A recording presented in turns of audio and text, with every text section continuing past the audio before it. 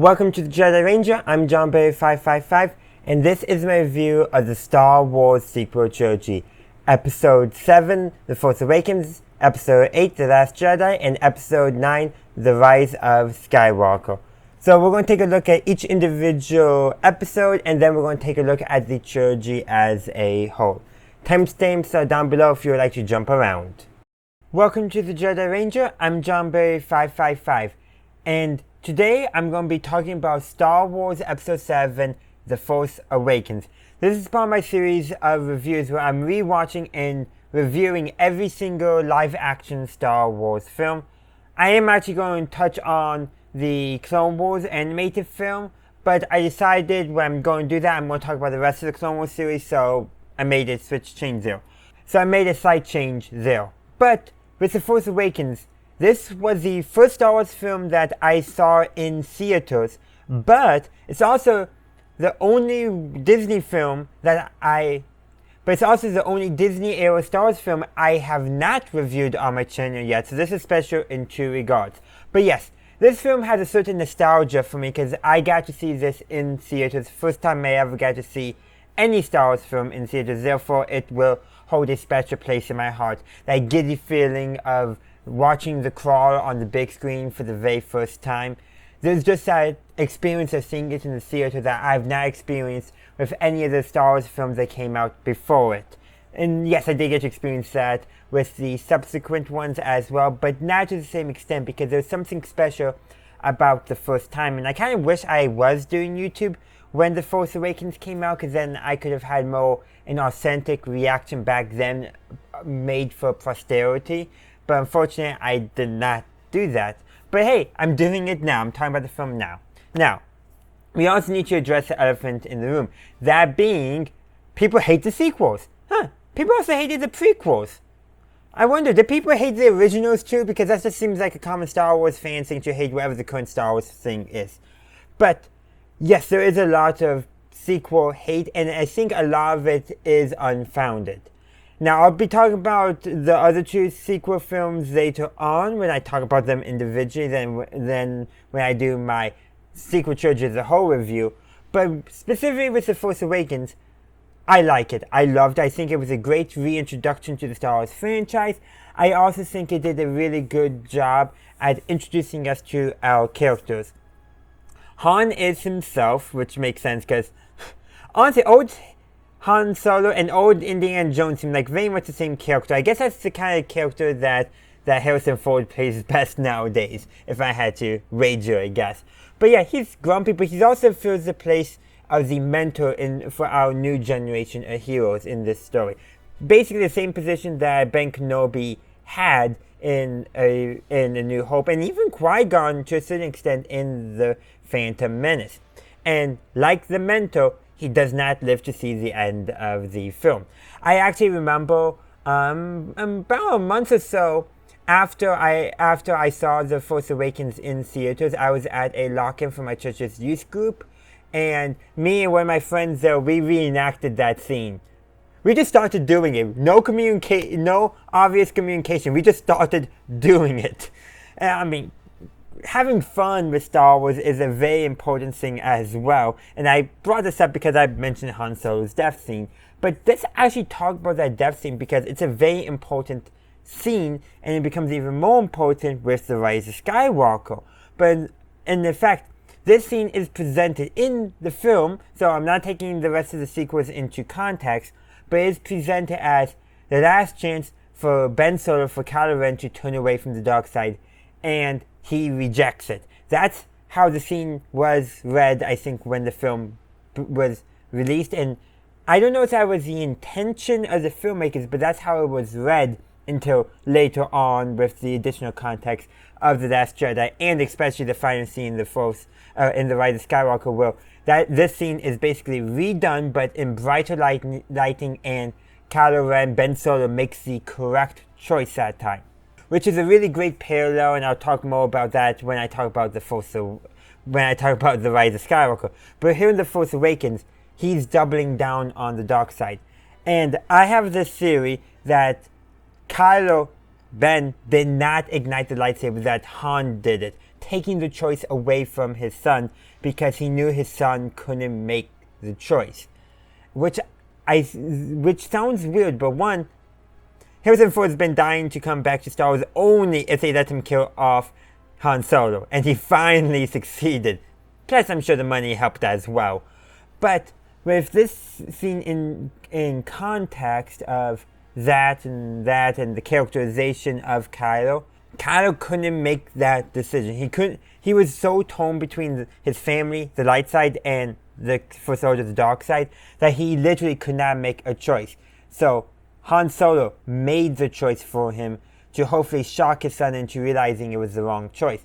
I don't think it quite worked like he intended, but that's a father's love for his son, willing to do anything to try to save his son. In this case, his son from the dark side, not from death, but practically the same thing. Am I right? So there's that there. Also, we got Finn's characterization as well, which is very interesting as well. And that has to do a lot with the fact that he's kind of this film portrayed as a bit of a puppy dog. Basically, he latches on to Poe and Rey the minute he meets them, just like a puppy dog would when meeting someone they sense is a good person. And I don't think that's unintentional. I think that's definitely what they wanted to show. This is an individual who was kidnapped as a child and brainwashed to be the foot soldier of a fascist regime. And when he breaks it away, well, there's going to be some lingering effects, and that could be, a little overly trusting of people who aren't part of the First Order. But I do hate to say it that The Force Awakens was Finn's strongest point as a character in the sequel trilogy. I'll talk more about it, but I do think his introduction was the strongest part of it. And that's actually kind of true of all the films in the sequel trilogy. The Force Awakens is the strongest film because all they had to do was set up a story. They didn't need to conclude a story. They didn't need to finish it. And what does J.J. Abrams does best in his work? Setting things up. He's not the best finisher. That doesn't mean he can't do it. It just means that's not where his storytelling lies. I think I got thoughts about the Rise of Skywalker in that regard, and we'll get to that there. But I just want you to just hear that I think The Force Awakens is the strongest because it only had to set things up. It didn't have to worry about concluding. Therefore, a part 1 could be made super well. The problem is that you have creative disagreements, and that leads to fan disagreements because certain fans like certain interpretations and certain fans didn't like certain interpretations of characters and events and directions to take them. That's a lot to say, but I did need to get that addressed before continuing on to talk about the other characterizations. Leia's perfectly in character, not much for her because this is of the legacy characters Han Solo's film. That's a legacy character we get to see a bunch about. Leia is only secondary, and Luke is tertiary to all that. And Luke will get his spotlight in the next film, and Leia was supposed to get his spotlight in The Rise of Skywalker, which I'll talk about when I talk about The Rise of Skywalker. But there is that said, we got Kylo as well, who is basically a wannabe Vader fanboy. He's a Vader fanboy who wants to be just like Vader, but he's a bit of a dweeb, you could say. He's a bit of not really cut out for what he thinks he wants to do. I think that's a good way of saying it. Basically, Kylo Ren was never supposed to be this intimidating new Vader. He was always supposed to be a Vader wannabe, always in the shadow of Vader, which was the right choice in my opinion. Now, some Star Wars fans, I think, unfortunately missed that intention, but that's why I think the intention was behind Kylo. Like, we know we can't replicate Vader. We can't do that, even though we're trying to replicate the fear of the original trilogy to a certain extent. But what if we made one of the main villains somebody who admires Vader, who wants to be like Vader, and thus is trying to be like Vader, but because he's not Vader, he's failing at it? I like that, and I think that was very well done in that regard. And that also brings us then to Rey, who is definitely this trilogy's version of Luke Skywalker, but she's different, but the same. Yes, Rey is just like Luke. She's starry-eyed and all that, but unlike Luke, she wants to stay on Jakku. Luke wanted to get off Tatooine. That's the only really fundamental difference between them as they were introduced. Both of them are introduced as good people who care, who want to do the right thing, but they are in different situations. Rey wants to stay on Jakku because she wants her family to come back, and she's afraid that if she leaves Jakku, her family will never find her. Well, Luke, he had his family. It's the only thing is that he wanted something more. He wanted something more than just being a moisture farmer. In a way, they both wanted what they didn't have, and that's where the characters fundamentally differ in terms of introduction, is what they have and what they want. Rey has adventure in her life already, but she wants a family, so she wants to avoid adventure. Luke has a family and he wants adventure, but he also has this profound sense of responsibility to his family, therefore he's not going to go on an adventure quite yet.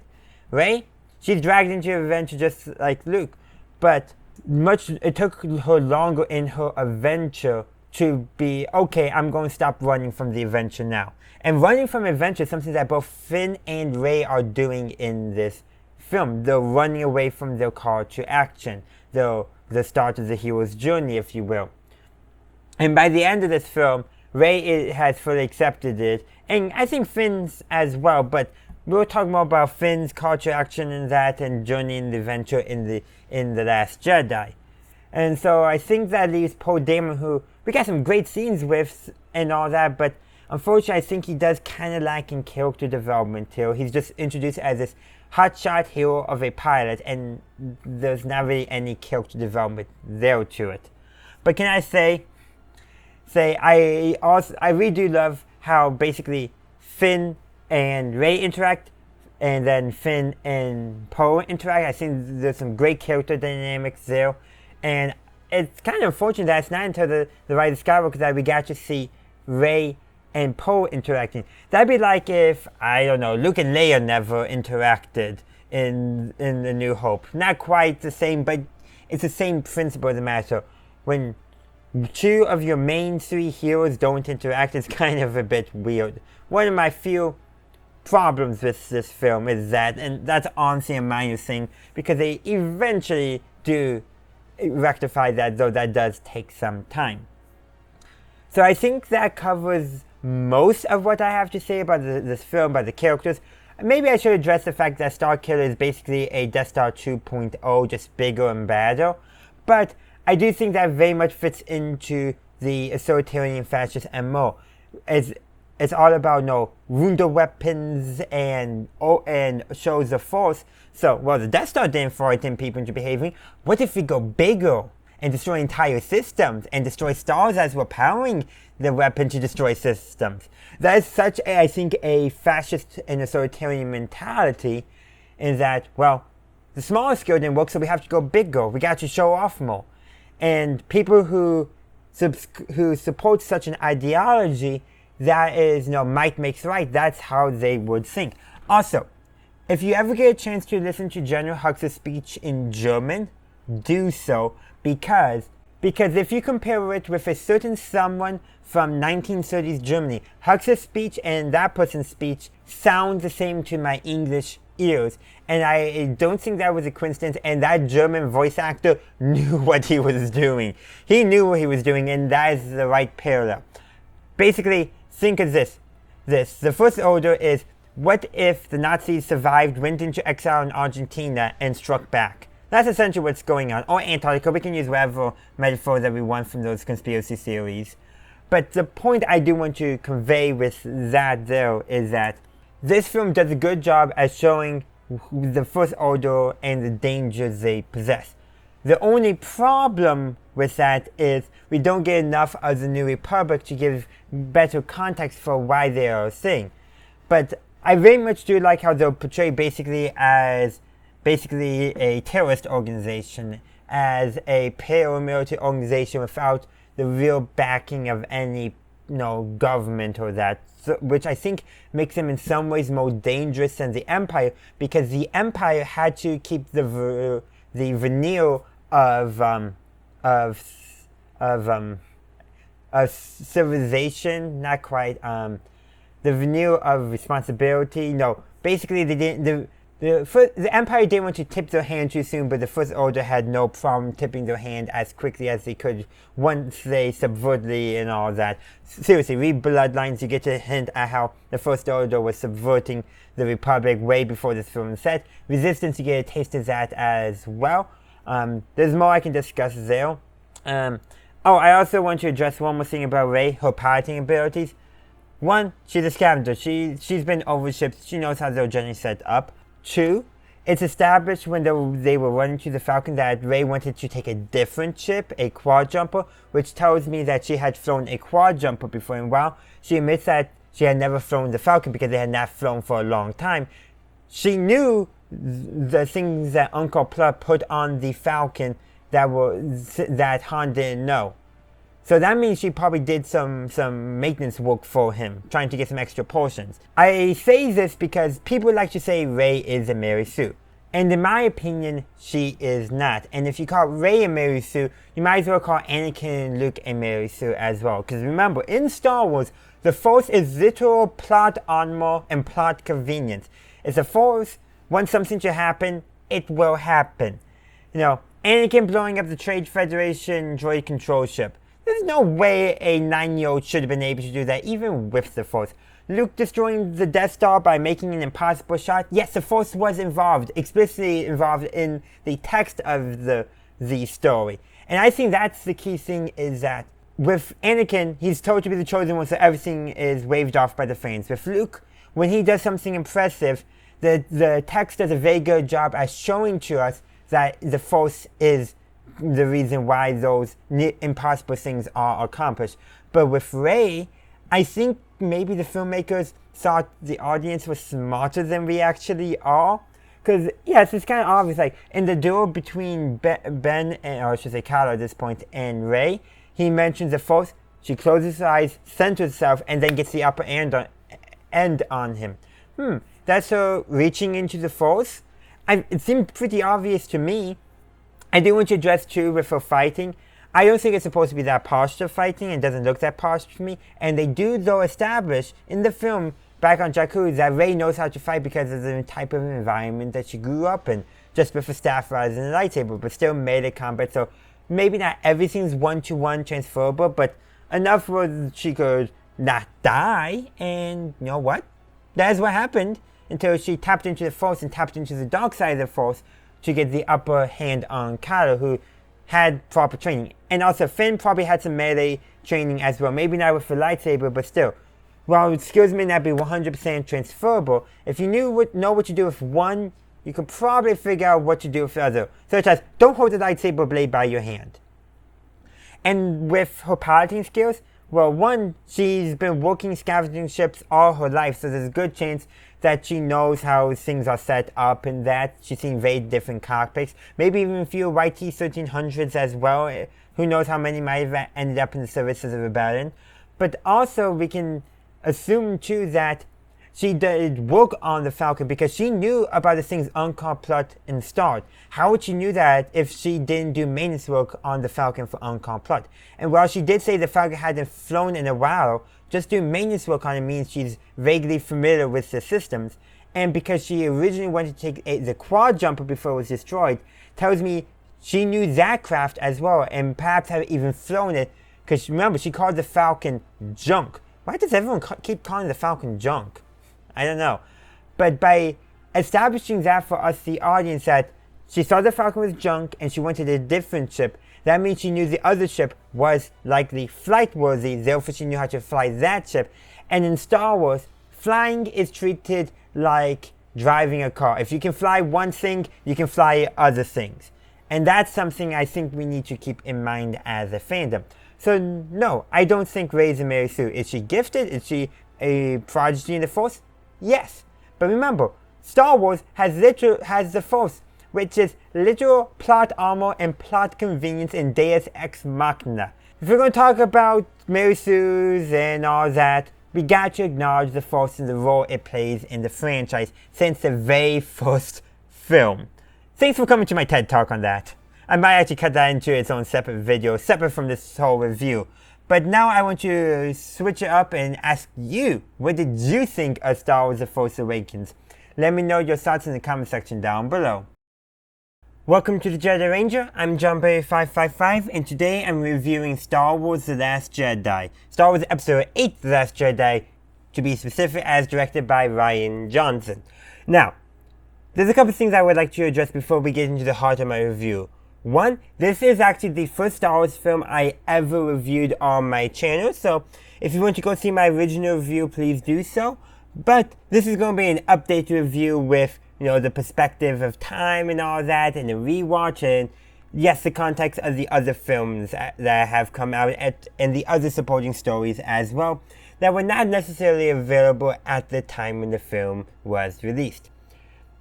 Additionally, this film was a very controversial film. I myself enjoyed it. I like it. I actually like the entirety of the sequel trilogy. What does that make me? Well, to some people that makes me a shill, I guess.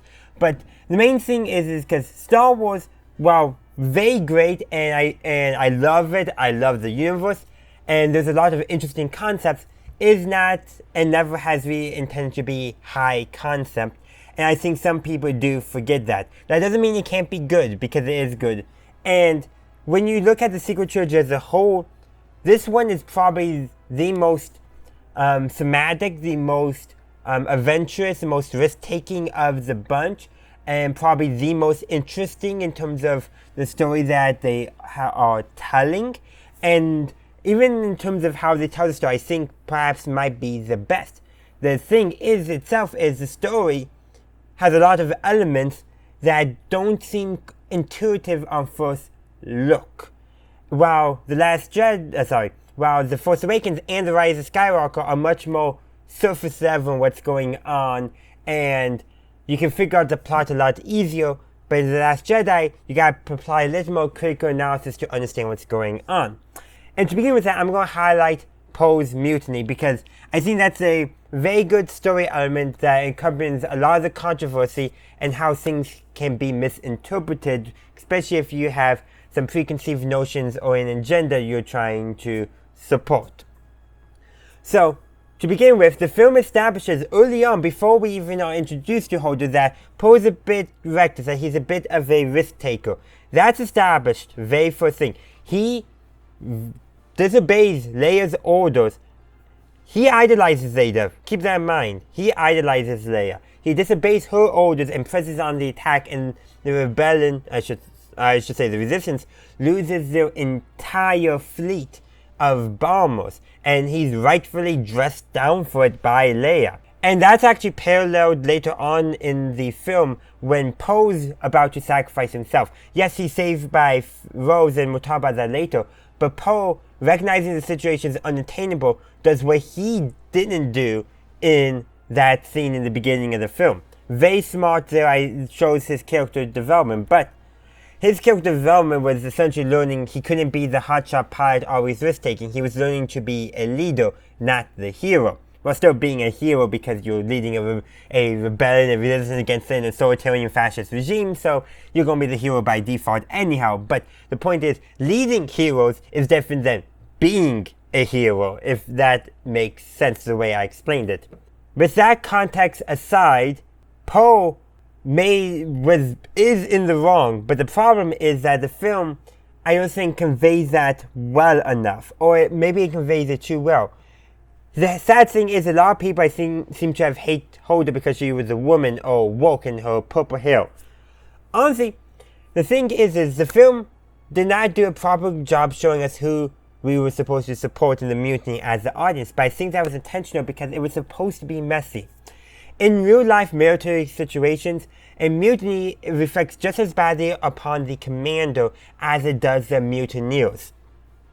Part of the reason with the HMS Bounty, William Bligh wrote down what he was going to tell the Admiralty on his way back to London was because he didn't want to get into any trouble himself.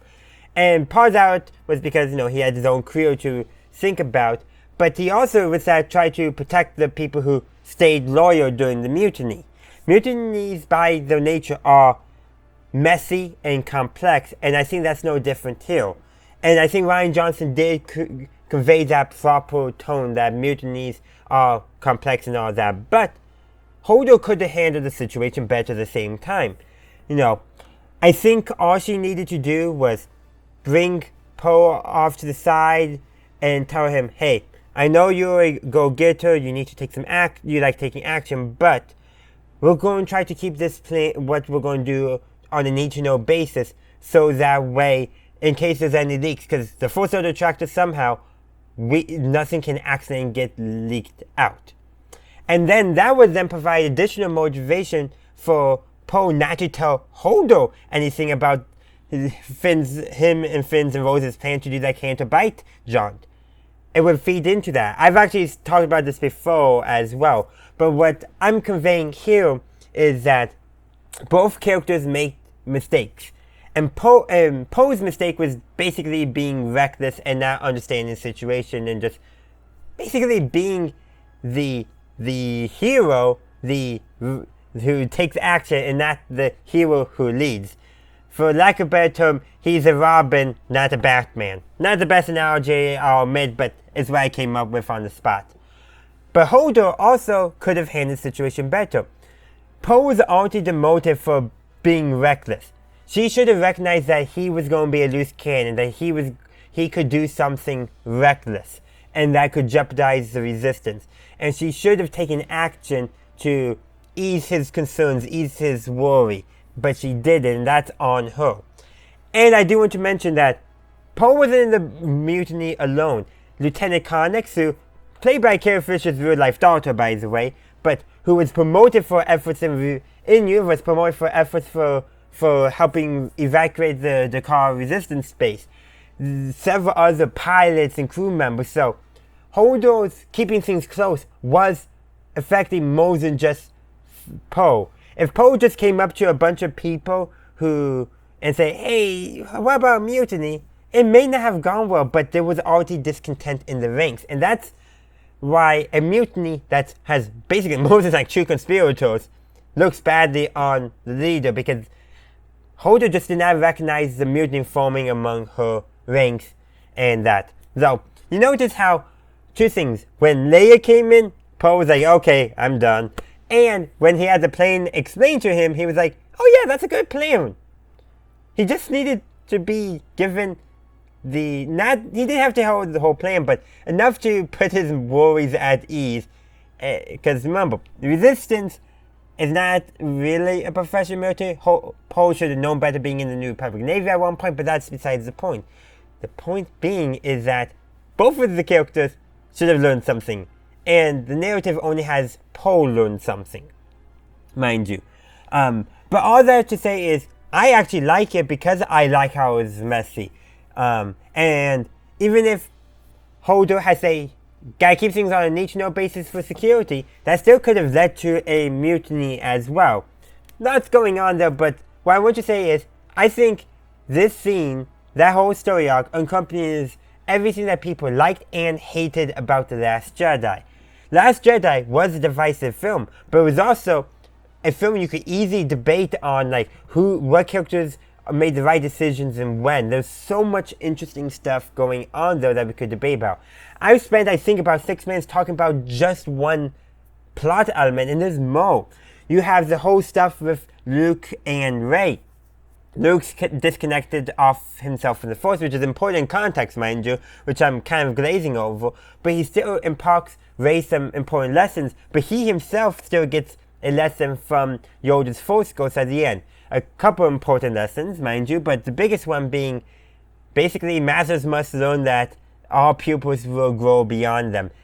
And then Yoda sets fire to the ancient Jedi text that Luke had been wanting to do since the start of the film that he just never did because his own self-doubts and insecurities. But don't worry, Rey already took them, as we find out at the end.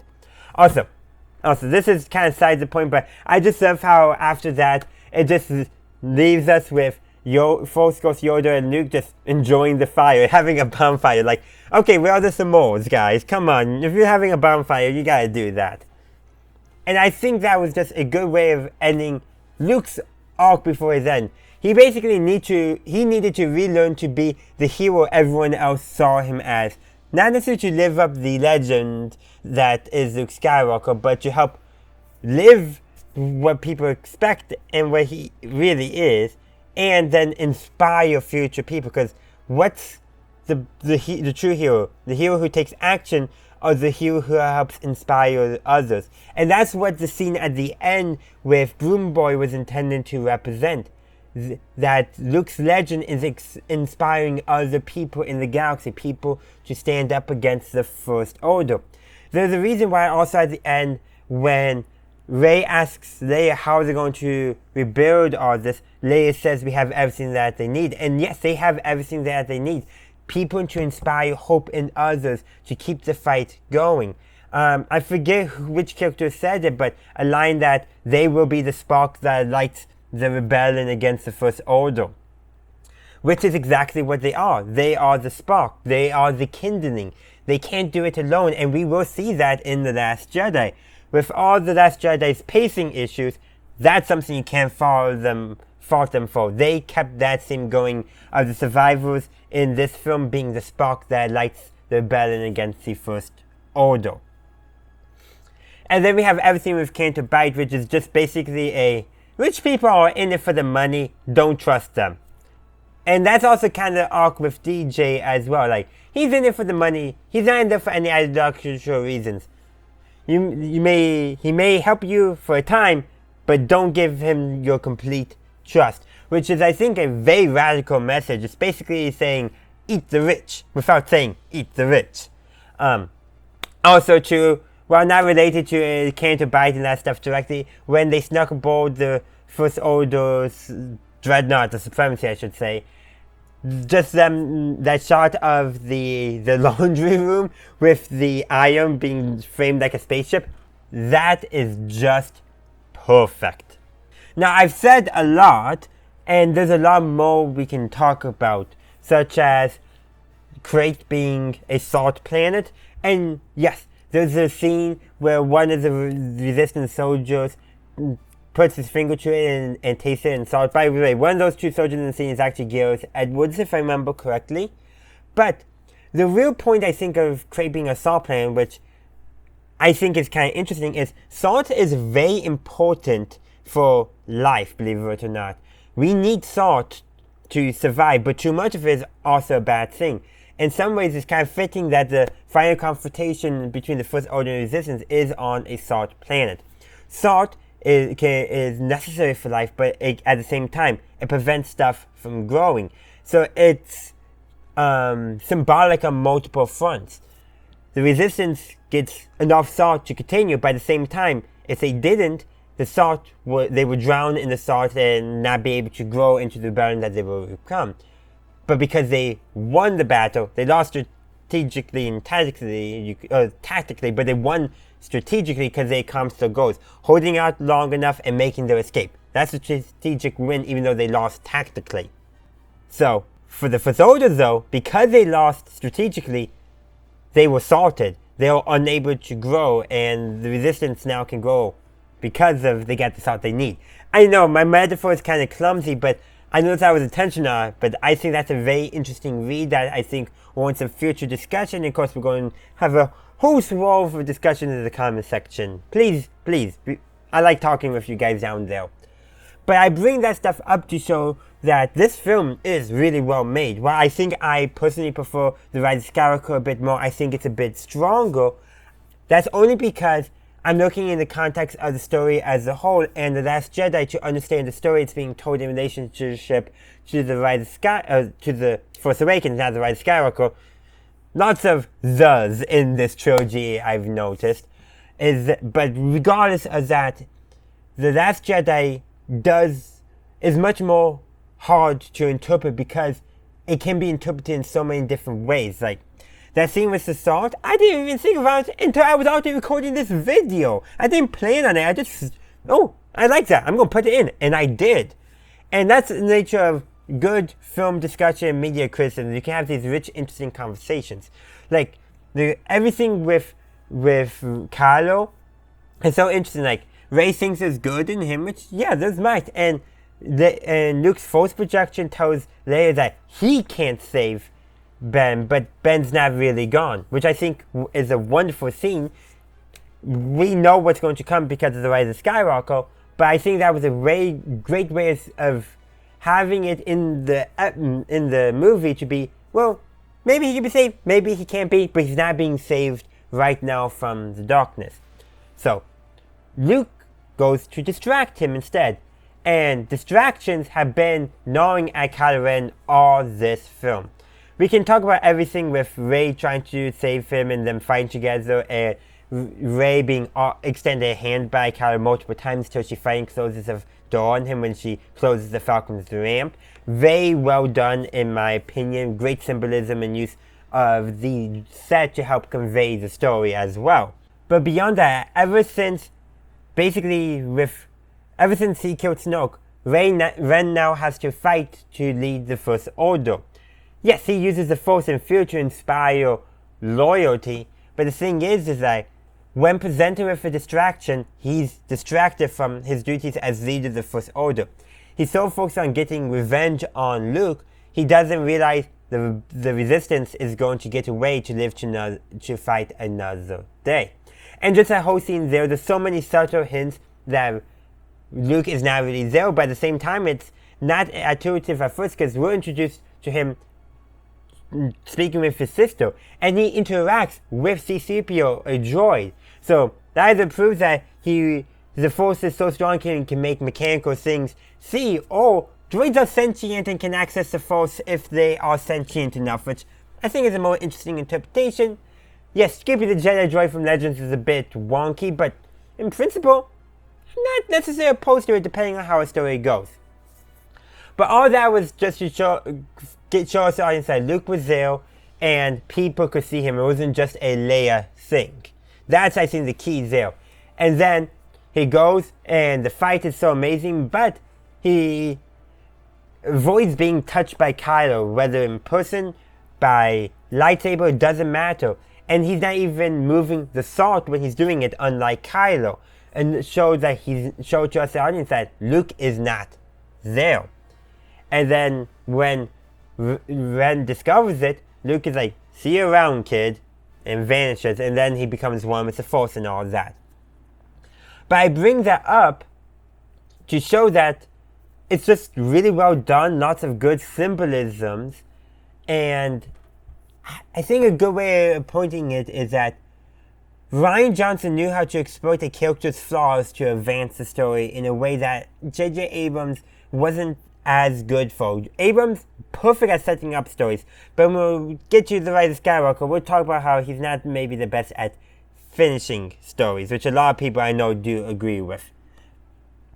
But there's more I can talk about, like, throughout The Last Jedi, Hux is made fun of. There's the whole thing where Poe trying to basically make fun of him, or should I say, undermine him during the transmission at the beginning while Poe was stalling for time. Yes, that's what he was doing for, but he was also trying to undermine Hux's leadership among the First Order. And then Ren just totally undermines Hux's leadership after Snoke is killed. Which, by the way, I think it was very interesting in the moment to kill Snoke, but I don't know if that was the best decision as a whole given what they decided to do in The Rise of Skywalker, but I don't necessarily hate it. It's just, was that the best choice for the story that they might have been thinking of telling at the time? Lots of interesting stuff, a lot of stuff to go through. But I think I'm going to end my review here. I've spoken for about 18-19 minutes now, and I want to keep the discussion going in the comment section, so let me know your thoughts down there. I also, and probably after I do my review for The Rise of Skywalker, I have another video about what I would have done if I was in charge of the sequel trilogy. While still keeping things mostly the same, we'll find out in about a week or two for that. But in the meantime, let me know your thoughts in the comment section down below. Welcome to the Jedi Ranger, I'm JohnBerry555, and it's time to take a look at probably the most controversial Star Wars film ever, or at least the most critically panned film by the Star Wars fandom. It was actually critically mixed by actual professional critics. Let's talk about Star Wars Episode 9, The Rise of Skywalker. And the first thing we should address is, I'm not that harsh on this film because I understand they had some extreme challenges going into it. One, a rushed development due to a change in directors and all that, so that meant they didn't have as much time to actually tell the story that they wanted. Two, Carrie Fisher's passing meant that probably the role they really wanted to give her did not end up happening. And 3, and probably the biggest one, Star Wars fans are insufferable, just like Star Trek fans. Both fandoms are very demanding and very critical of all new stuff. And that makes things really, really hard because you gotta appease fans, but you also gotta make sure it's accessible to the general audience, so the general audience will also like it, yada, yada, yada. All that to say, I'm a bit soft on this film. And the thing is, the film's not bad. It's not the worst thing ever.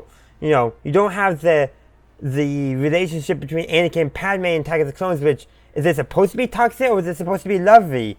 It can't be both in the way they portrayed it. It can be both if they portrayed it differently. What I'm saying is that they tried to have it both ways and they failed. Here, you don't have that problem. Yes, okay, bit weird with Rey and Ben kissing at the end, but like, okay, whatever. High emotions, you know how things can get at times. But that actually brings up what I want to talk about first. Kylo Ren / Ben Solo's arc. As I understand, the original treatment for episode 9, that entitled Duel of the Fates, was the idea that Ben was going to end up being full-on Kylo Ren, full-on in the dark side. That's not the way they went with redemption for him. And I think maybe they could have planned it ever so slightly better, communicated it a little bit better, but I do like it because it is different than Anakin's. Anakin's redeemed because it's like, oh yeah, I shouldn't let the Emperor, shouldn't let the bad guy kill my son. Meanwhile, Ben was like always being tugged on the light side, always tugged to do the right thing. He was just basically being a rebellious teen, even though by this point in the story he's not a teen anymore. But that's still kind of what he is. He's lashing out. He's trying to live up to expectations, both light side and dark side expectations of him. And I think that causes a lot of his behavior, a lot of his stuff. Basically, he's basically being a Vader wannabe who does not really have it in his heart to actually be Vader or any dark sider. And that's why he could be redeemed. And why he could actually take action post-redemption to continue helping save the galaxy, making the right choices. Vader died to be redeemed. Same thing with Ben, but not quite the same. And with Ben's redemption, first, his mother reaches out to him in the Force, basically like, hey, I'm here, remember? And yes, that does give Rey the opportunity to stab him, but Rey also immediately heals him with the Force once she realizes what she's done. We'll talk about Rey's story in a moment. But by doing that, that's also showing him compassion too, that I don't think he thought he deserved. Both his mother reaching out to him and Rey healing him in that moment showed him compassion I don't think he thought he had deserved. But by experiencing that compassion, I think that helped cement his return to the light side. And then to visually communicate to us, the audience, but also in himself, the Force helped him resurrect his father's memory in his own mind, make it visual for all that. Han Solo is not really there. He's not. But his memory is there. No. When Ben says you're only a memory, Han responds, your memory. That is literally Ben's memory being manifested by the Force. That's how I interpret that scene. And in that moment, he makes the right choice to throw his lightsaber away instead of killing his father. He could have let that memory die. Remember, Kylo Ren did say, let the past die, kill it if you have to. And he could have killed that memory, but he didn't. He threw his lightsaber away. Yes, the memory vanishes, its physical manifestation, but it's still there. And then he goes eventually, helps Rey confront Palpatine, and then uses the Force to heal Rey. Which, by the way, did he think he could heal Rey? Or was he just connecting with the Force and healed Rey by incident? Interesting question I just posed, and I don't have an answer to it. But I kind of wish we did get maybe some more lines from him. But let's actually talk about Rey's character arc and her struggles. Rey, throughout this film, is basically afraid of the power within her. She feels like, from the beginning of the film, she feels like she can't properly connect to the Force and connect to the Jedi in the Force, and that creates doubts for her. and then she has moments where basically her anger unleashes and gets the better of her. And the two most important scenes of that from impacting her character story is when she accidentally releases Force Lightning when she thinks Chewbacca had been captured by the First Order, and she thought because of that she accidentally killed him. And then when she basically in her fight with Kylo stabs him, which is also a moment of anger. But both of those things, she immediately recognizes she made a mistake. And then she goes on to make the same mistake Luke does in exiling herself. And this is actually where Rey's story and Luke's story intersect in terms of the overarching story. Rey basically decides to exile herself, not being able to trust herself, just like Luke did. Because Luke tells her, I was wrong. And that was Luke's story in The Last Jedi, was he made a mistake in exiling himself and basically letting the pressure get to him, for lack of a better term. And Rey did the same thing here. And Rey gets the pep talk that she needed. The truth that her grandfather is Palpatine, and Luke's thing is basically, it doesn't matter. You can be whoever you want to be. And I bring that up because when she grabs the Wayfinder out of the Death Star's remains, she's confronted with a vision where the dark side version herself tells her, do not feel who you are, or something like that. It's not embrace who you really are, because if she embraced who she really was, the dark side wouldn't be a problem for her, because that's not who she is. The dark side is trying to twist her with a positive self-affirmation, when you think about it. But she does admit to Luke's Force Ghost that she is afraid of herself, and Luke gives her the advice, very valuable advice, that the destiny of any Jedi is confronting their fear. And her ultimate fear is confronting basically what she learned to be the worst possible thing she could about her legacy, her family, that she's descended from the space devil himself, Emperor Palpatine Darth Sidious.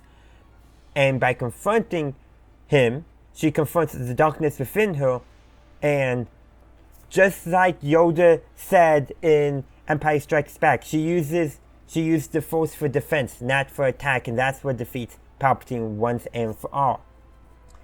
And yeah, she's reflecting Palpatine's own darkness back at him, or lightning in this case, but I mean, Rapari could be playing a role in it. Perhaps she might have picked it up somewhere. It's very possible. She did a lot of reading. There's 2 scenes of her looking through the ancient Jedi text, so she might have learned something here and there about Rapari. But basically the point is she's not using the Force to attack Palpatine. She's using the Force to defend herself from Palpatine, and Palpatine's own darkness backfires on him, defeating him once and for all. And that connects back with what Yoda said all the way in Empire Strikes Back. I said it before, but I'll say it again. A Jedi uses the Force for defense, never for attack. And that's how the dark side is finally defeated in this film. Of course, with that, we also should probably talk about Luke's little bit of a character arc here, where he basically imparts some advice to Rey, which I've already mentioned, and that's kind of minor stuff, just some good stuff reminding us who Luke is as a character and showing us that, yes, he learned what he needed to in The Last Jedi. And that's when he then, to cement that, he lifts up his X-Wing out of the waters on Act 2. He does what he said was impossible in The Empire Strikes Back, which, when I was watching that scene, I couldn't just help think, when Yoda says, and that is why you fail. Basically, in this moment, Luke believed in the Force. He had no doubts anymore. And yes, as a Force Ghost, he's now literally one with the Force, so of course that plays a role. But if we're ignoring the metaphysical aspect and looking at the character stuff, that scene is to show to us, the audience, that he finally has fully learned the lesson that Yoda was teaching him all the way back in The Empire Strikes Back.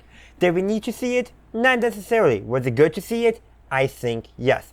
I know, if I remember correctly, there was some discourse that it should have been Rey lifting it. And yes, I think that would have worked fine in the story. But because they wanted to give Luke a bit bigger role than I think they originally intended, they needed to do something to make that role communicate to us, the audience, something. And communicating to us, the audience, that Luke is one with the Force now, and that any doubts he used to have about the Force, about himself, are all gone. That was a great thing to communicate, and I think that worked out well for the story. Of course, speaking of Luke and all that, we need to talk about Leia and the fact that her role in the story was and is limited, and I don't believe that was the intention. I believe the intention was that they wanted this film to be the Leia spotlight film, because Han got spotlighted in The Force Awakens and Luke got spotlighted in The Last Jedi. But with Carrie Fisher's passing, they could not properly spotlight Leia in Episode 9. Now, I don't know how the original Episode 9 or the Fate script would have handled it, and yes, I have read it. I don't think it would have been that well received. There's a lot of weird stuff. Jojo would have liked it, but I don't know if the general audiences would have liked it. But with that addressed, what they did, I think, to address Leia's character, I think, was as well done as they could have done it. For one, they made what limited footage they had left of Leia unused. They made, I think, pretty good use of that. Definitely they expanded Maz Kanata's role in the film to help impart some of the dialogue that they didn't have audio of Carrie Fisher saying. I also think, too, that Ben's redemption would have been very different. I don't think that Harrison Ford would have reappeared. I think it might have been Leia force projecting herself, and that's how she would have died. I think that was maybe the original intention, or what they might have done if Carrie Fisher had survived. Maybe not the original intention, because behind the scenes complications with scripts and directors and all that. But the point I really wanted to convey there is a lot of the stuff that I think that Maz, Luke, and Han told to Rey and Ben would have been told by Leia if Leia was able to be in the film like they intended. But I'm glad they did not do that much deep faking and all that. They had Carrie Fisher's daughter, Billy Lord, with a little bit of digital help to play a younger Princess Leia. That was perfectly fine there. I think they did a pretty good job in that regard. And like I said, that was minor. I think that worked out well. And the rest of the film, I think they handled it the best they could. And the last thing I want to address with that is I think it was smart of them to have Leia not pass into the Force until Ben passed into the Force, with both of them becoming one in the Force at the same time. I think that was very well done, and I think that was a great way of ending both of their characters. I also want to mention when she went to reach out to Ben, she had Han's medal in his hand that Maz later gave to Chewbacca. Now, Chewbacca getting a medal was in the original version of Episode 9 Duel of the Fates, but like a comic has showed, that Wookiees basically don't value medals the way humans do. And I feel like in the original script, it would have been too much like, you're getting a medal because you did something awesome. While here, I think it should have been handled a little bit better, but my view of it is more of, this is Han's medal, Leia would have wanted you to have it. And Chewbacca, and that would have meant something to Chewbacca, I think, because it's not his medal, it's Han's medal, his best friend's medal, and that would have meant something to Chewbacca. I kind of wish that's kind of what Maz Kanata said, because that would have, I think, conveyed why this medal would have actually meant something to Chewbacca, when all the other books that addressed it previously in the expanded universe stated that Wookiees don't value medals the same way. A totem of his best friend and his found family would have, I think, meant something to Chewbacca rather than a medal to his own bravery. Of course, with that said, we got a lot of other brave actions. The entire Resistance going, basically trying to take on the final order by themselves, with the only hope being if Lando and Chewie can rally support in the rest of the galaxy, which they do. And that's what I think is so great about all that, is because the Resistance, they're giving some people something to follow, some guidance. In the real life, if you know what's going on in the United States, you know it's a mess right now. We have a rise of authoritarian fascism, decline of civil liberties, just decline of our democratic institutions, and there just does not seem to be any meaningful resistance to that. And people are looking for leadership. I know Gavin Newsom has lately been making headlines with, basically mocking Trump's approach on social media, which, fine, it's probably needed, but it's not what I would personally be looking in leader. Honestly, my Governor Pritzker, I think, is doing better because, yeah, he's throwing jabs here and there, but he's also like, what can I do for the people of my state? That seems like a much better mentality. Have a record rather than just a social media train stuff. I'm just saying, we could go into all that. But what it is that the resistance, they're not, for lack of a better term, leaders. Poe does not feel like a leader.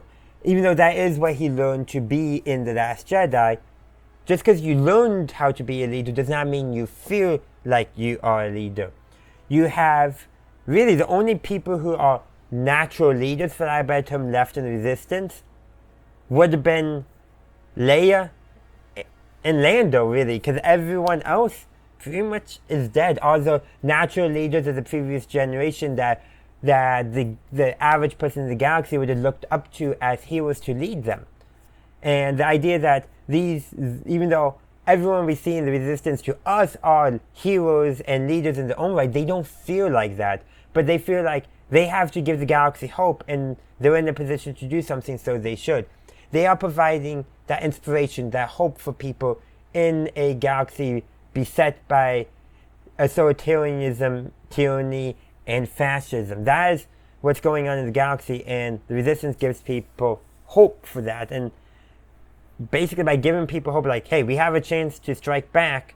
And yes, in real life you won't have one clear-cut easy victory, but in Star Wars, because it's space fantasy or science fantasy, depending on which installment you're talking about, it can have that. You can have that one big victory, and that saves the galaxy. What's a beautiful thematic thing is that after they defeat the Final Order's destroyers, guess what? Exegol is not dark and stormy and gloomy anymore. There's actually sunlight, starlight shining now. The curse of the dark side is being lifted, the curse of tyranny. Yes, maybe it's a bit corny in some ways to have, oh, you defeat the bad guy's empire totally falls, and nature starts returning. But the thing is, they did that actually in The Lion King as well. And while the instant may be a bit silly, such a thing can happen in real life. Wolves were reintroduced to Yellowstone National Park, and within like a decade, if not shorter, the nature was healing from the lack of wolves. You can have those almost apparent magical things actually occur in real life. It just won't be as instant as we like to show in TV, films, and movies. Of course, there's a lot more stuff to discuss about this film. We can talk about that Finn wanted to tell Rey something, which I guarantee you, it was he wanted to tell Rey that he saw he was Force sensitive. Every conversation after that, it kind of, except for the stuff with Poe, reinforces that. I don't know why he didn't tell Poe. Poe is basically acting like, Poe's acting jealous. He's afraid Finn's going to tell Rey that he loves Rey instead of that he loves him. Come on, Poe's totally jealous in that scene. That's what's going on with Poe there. All that. But it's clear, Finn wanted to tell Rey that he believed he was connected to the Force. And the rest of Finn's story does confirm that. He just never tells Rey, and I kind of wish we did get that moment. And I do hope in wherever the next Star Wars film is going to be that's set after the sequel trilogy, that establishes that Finn is training to be a Jedi. But one of the LEGO specials did have that, so at least we got that, so that does indicate that is their intention. Also, I'm pretty sure Poe might also be Force sensitive just because of the light speed skipping and all that. Yes, everyone yells at him for it, but to accomplish that, I feel like you would have needed to be connected to the Force. And speaking of Poe, first of all, the scene where he turns on the flashlight holding it like a lightsaber, that was for a comedic moment, and I think he knew what he was doing there too. Plus, I remember some people making fun of that, but name one Star Wars fan who hasn't pretended a flashlight is a lightsaber. Name one Star Wars fan. Oh yeah, I could name a couple, but they call flashlights torches, so name one Star Wars fan that hasn't used a torch as a lightsaber. Okay, should I go through every language and every variation of flashlight and torch so that way I can cover bases so people don't be pedantic about that? Probably not. I don't need to do that.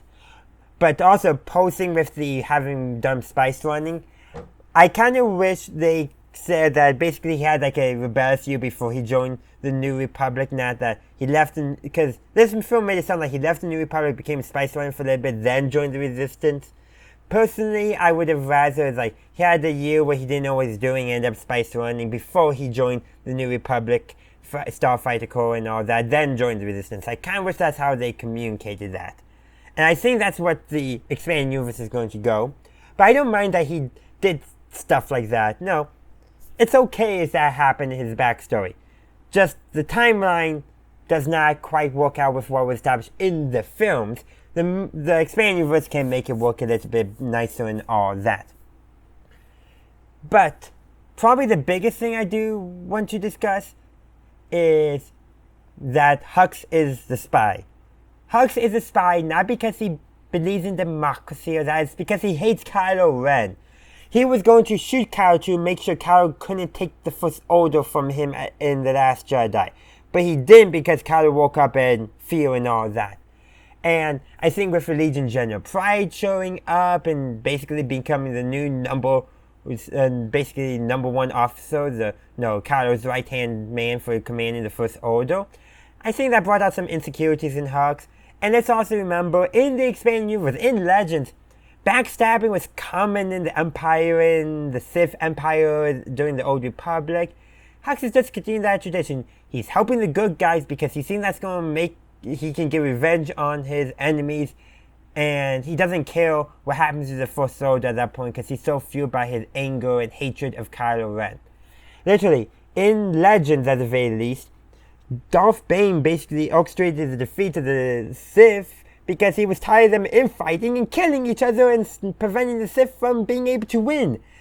Darkseid MO from the get-go. Thousands of examples probably exist in across Legends and canon. Maybe not thousands, but a good handful. Totally believable that basically a spoiled, privileged general who was a spoiled, privileged kid would have ended up betraying his organization because of spite. I believe it.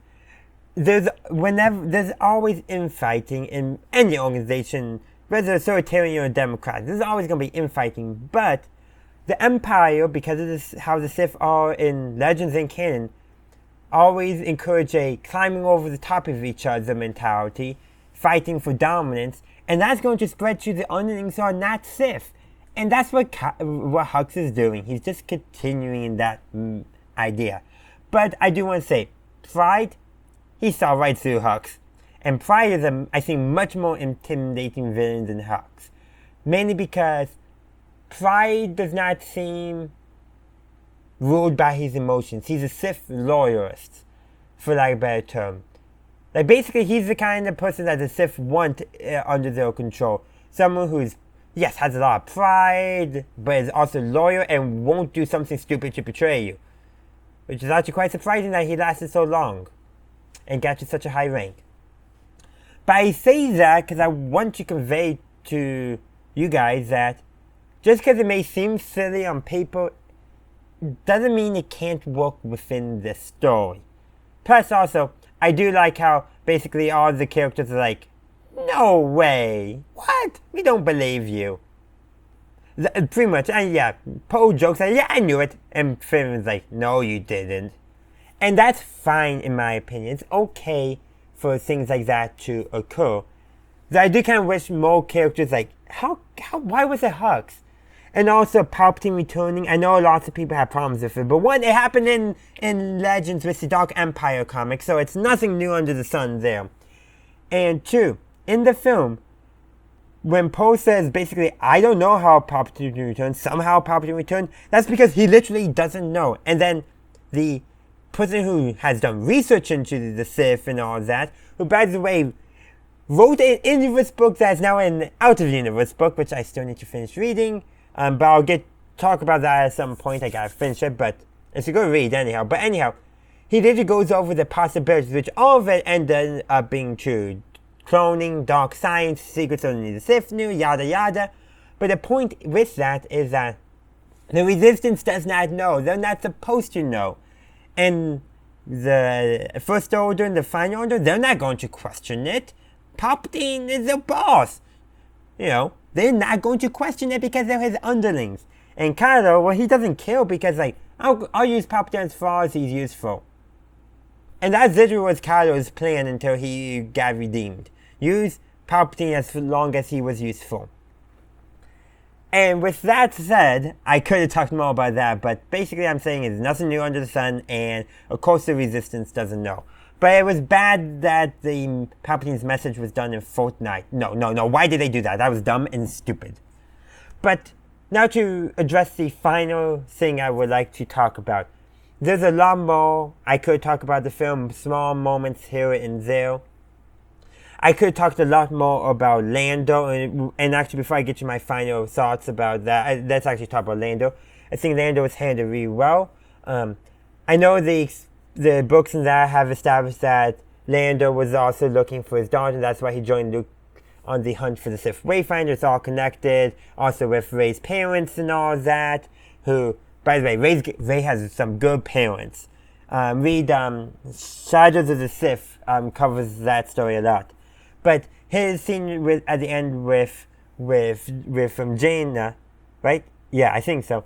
Basically, it's not saying that she's his daughter.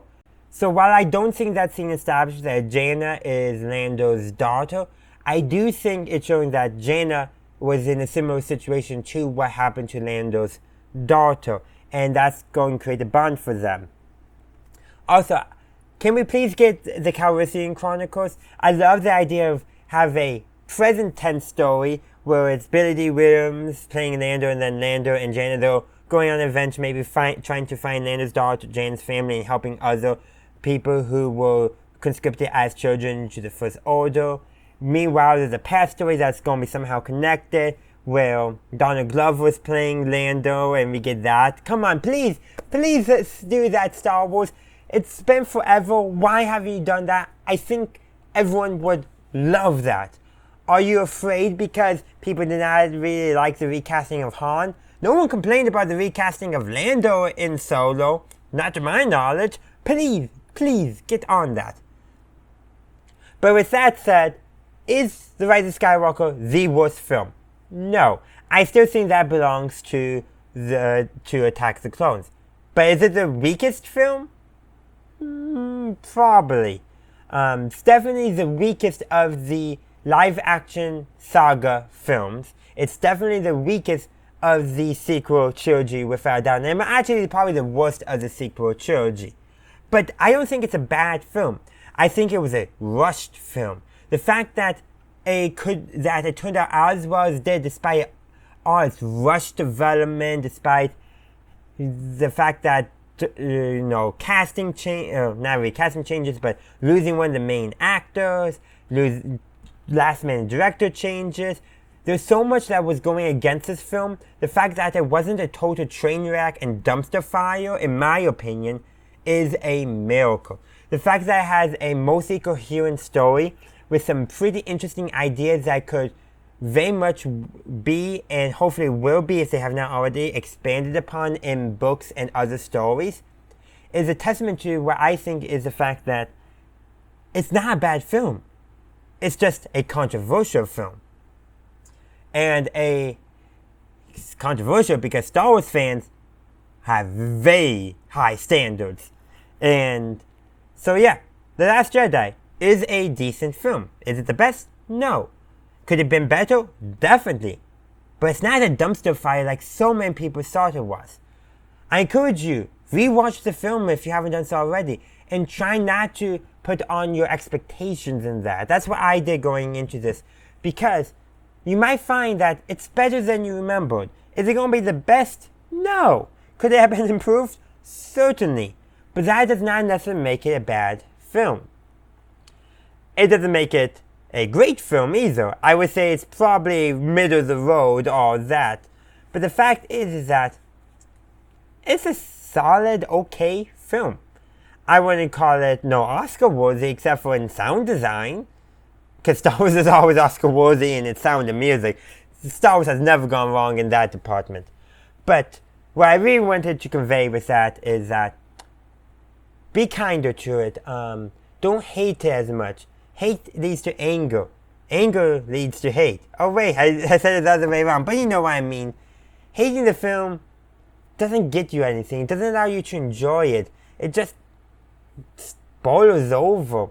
It makes you feel miserable. Finding what you love, finding what you enjoy is much better. And that's what I try to do with Star Wars. It's not what do I dislike about Star Wars, it's what do I like about it? What do I find interesting about it? And no, that is such a better mentality to go in. I believe it's the chain of cinema wins that famously says that every film has its lovers, or something to that sentiment. And I'm one of the lovers of the Rise of Skywalker. I love its little bit of a messiness. I love that it, had fun with the property. Yes, it could have been dark and serious, but it was dark, it was serious, but it also was hopeful. And I feel like the original Duel of the Fate script did not have that hope. At least that was how I felt after reading its leak. But with all that said, I want to hear your thoughts. The comment section is down below, so let's keep the discussion going. And I do mean a discussion. Please don't go into ad hominems and name callings and yada yada yada. Let's have an actual discussion about the merits of the film and what maybe it could have done better. And speaking of that, because I know we all would like to see it, our next week is going to be my sequel trilogy review, of course. But either 1 or 2 weeks later, I'm going to put out a video where I am going to be giving you guys my take if I was in charge of the sequel trilogy. And you know what? I'm going to do the prequel trilogy as well. I'll lay the ground rules before I make those videos. I'll probably do prequels and sequels, and then do one where sequels based off the changes I made to the prequels. Something like that. I'll have an announcement video for that, and those videos will be made at least a day early to our channel members. But with that all said, I hope you stay tuned for that. If you have any thoughts on how you want me to present that series, let me know in the comment section. But do let me know what are your thoughts on the Rise of Skywalker. Let's keep the discussion going, and please, let's keep it civil. So now that we took a look at each individual film, let's take a look at the sequel trilogy as a whole. And to begin, we have to address the elephant in the room, which I've already discussed this about most of the films because the sequel trilogy sparked a lot of online controversy and arguments regarding are they good, are they not good, did they ruin characters, did they not ruin characters, are they lazy rip-offs of the OT, are they not lazy rip-offs. So much debate and discussion, but all of this really comes down to one major flaw with the sequel trilogy. And it's the only actual flaw I give Disney any actual criticisms for. And that is rushed development.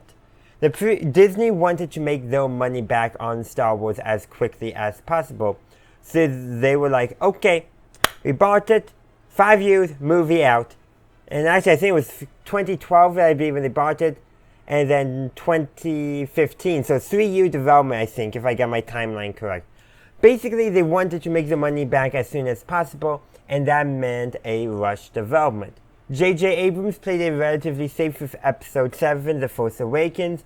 He does, I think, a pretty good job at introductions, not as good as conclusions, but he set up a story that could go in several different directions, and I think that's part of the reason why The Force Awakens is considered the least controversial of the sequel trilogy, because it played it relatively safe, but still introduced some pretty intriguing ideas that different directors could pull on, and I personally think Rian Johnson pulled on those threads in some pretty interesting ways. Now, would, if I was in charge, have concluded the same way J.J. Abrams did? Probably not, but that's besides the point. The point is that it was a rush develop. So, J.J. Abrams played it relatively safe, didn't go too crazy or that, just a pretty good solid that was going to be a good starting point for a new story. Rian Johnson took it in an interesting direction, and then episode 9 happens where it was really rushed. Not just the trilogy was rushed as a whole with no real coherent plan to begin with, but they changed directors at the last minute due to creative differences. They brought J.J. Abrams back because Ryan wasn't interested, and we got the Rise of Skywalker, which I still think, for the rush job it was, isn't as bad as some people think. I think people were looking to be mad at it. I think it was just a rushed film that had some good ideas that just didn't get the time to properly figure out how they wanted to express those ideas.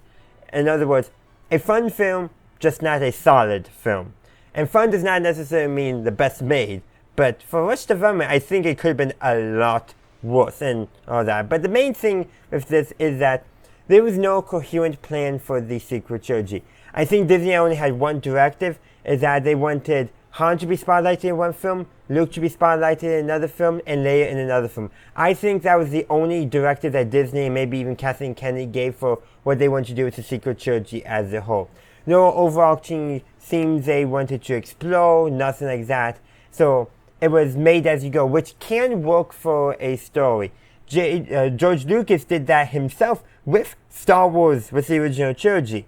But one, you had one creative vision behind it, and two, even though he didn't have it fully planned out, he still had some things in mind if he got to continue the story, what he would want to tell, so he was able to set that stuff up.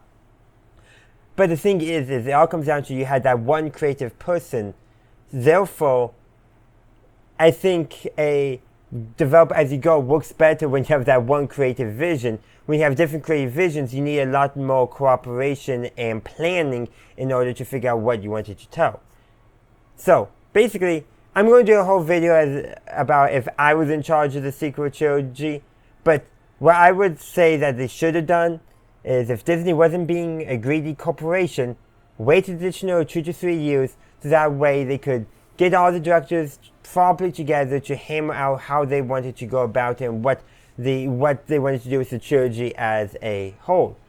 I don't think, like what some internet people say, I don't think they hated each other and that, but when you have directors with different creative visions and creative styles and different ideas on how they want to develop the story, you're going to get the impression that maybe there is going to be some disagreement between them. And there probably was.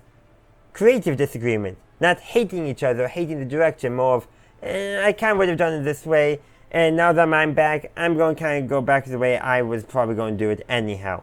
Maybe, maybe not.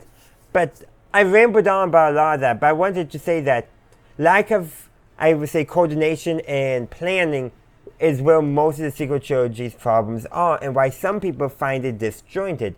I myself, I don't find it that disjointed. I find it more of, you can definitely tell that The Last Jedi was made by a very different director than the other two films, and that stands out. But when thinking back on like the sequel trilogy, I'm sorry, not the sequel, the prequel trilogy, you can tell it's generally one guy, but you can definitely tell in one film he had a much more cohesive creative idea than the others. Yes, I'm saying George Lucas wasn't perfect. Star Wars fans have been like that ever since Disney sold Star Wars. Like, George Lucas did no wrong. Everything he made was golden. The thing is, he's a great creative visionary. Not the best director, to say the least. Not the best writer. Great for coming up story ideas, camera, like on the technical side of things and story planning, George Lucas does a good job. It's just everything else he's not necessarily the best at, and us Star Wars fans can't look back at George Lucas with rose-tinted glasses all the time. But that's enough about maybe more of the behind-the-scenes stuff and how they should have definitely done more planning. Let's actually talk about as a whole. And I think the central theme message that was conveyed in the sequels, despite its disjointed nature, was the dangers of fascism coming back once you defeat the original fascists, basically. No, the rebels defeated the Empire, but Imperial sympathizers were still around and came back with revenge.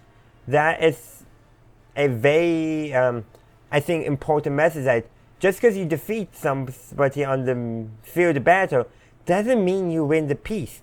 That happened to the United States.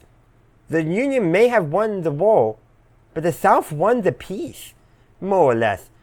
But like literally for a while, the idea of the lost cause was widespread in the United States beyond just the South in academia and schools.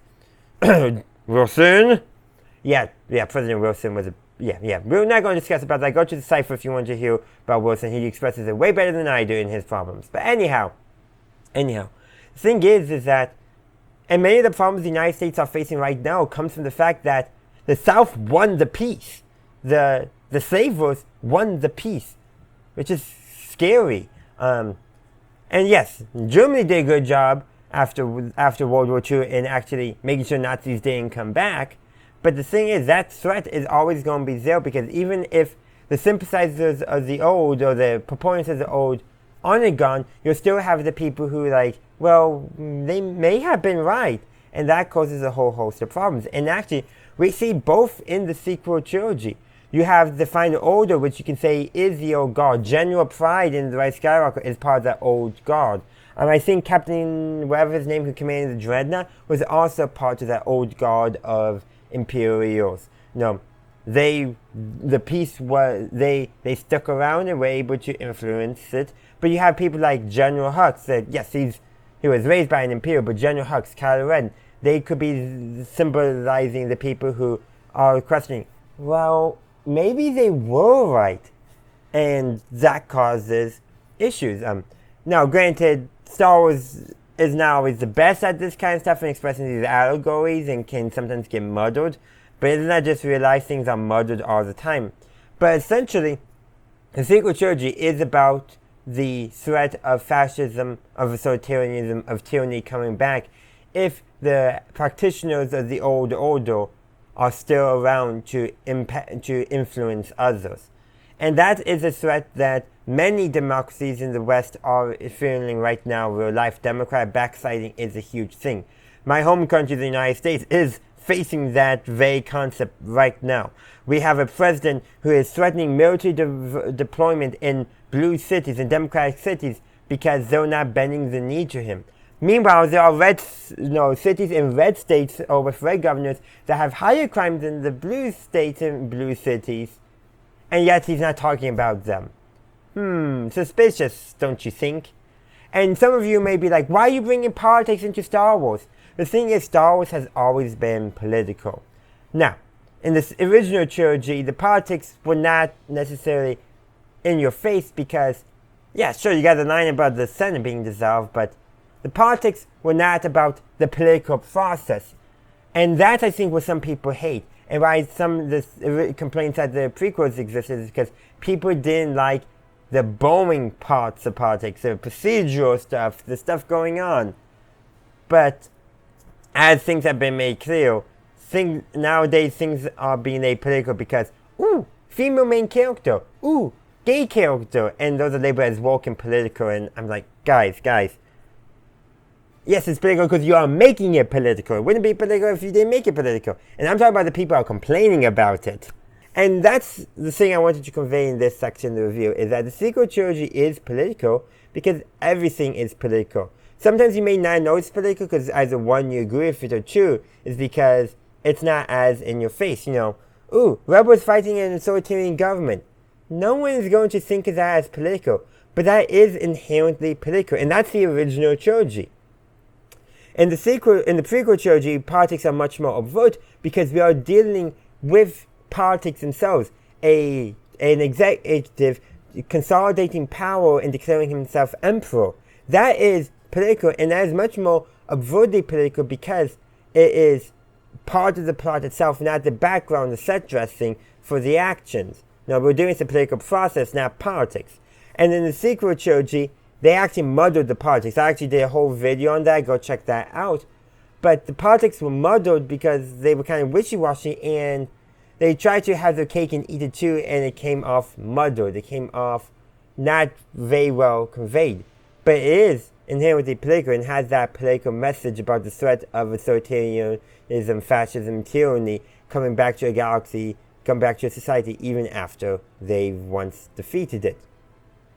I can go on and on about that, but let's move on away from that kind of stuff and talk about what I thought of the sequel trilogy and did I enjoy it? And the answer is yes. I enjoyed the sequel trilogy. I enjoyed the ideas that were brought up. I enjoyed the different ways the books, comics, and film, shows, I should say, mostly Star Wars Resistance at this point, have expanded upon what was expressed in these sequels.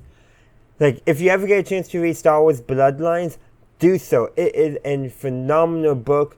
It's a political thriller, too, mind you, as well. So if you hate politics, you may not like it, but it is a really good book, in my opinion, and is expressing what I think they were trying to get at about the politics in the sequel trilogy, but in a much more effective manner. Better expression. Books can do that because it's much easier to get character dialogues in their heads and that where they think about stuff that we can't get in film, especially in an action-adventure film like Star Wars. But there's a lot more too. Star Wars Resistance, yes, it may be a kid's show, but it has some pretty intriguing storylines that I think are worth checking out if you haven't seen it. I reviewed that back when it was originally airing, so if you want to see my reviews, go for it.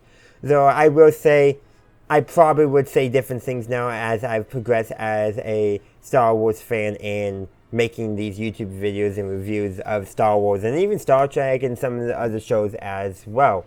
And there's additional things we can discuss, but I think I want to open up the discussion. We have a comment section here on YouTube, so let's use it. I want to hear your thoughts on the Star Wars sequel trilogy.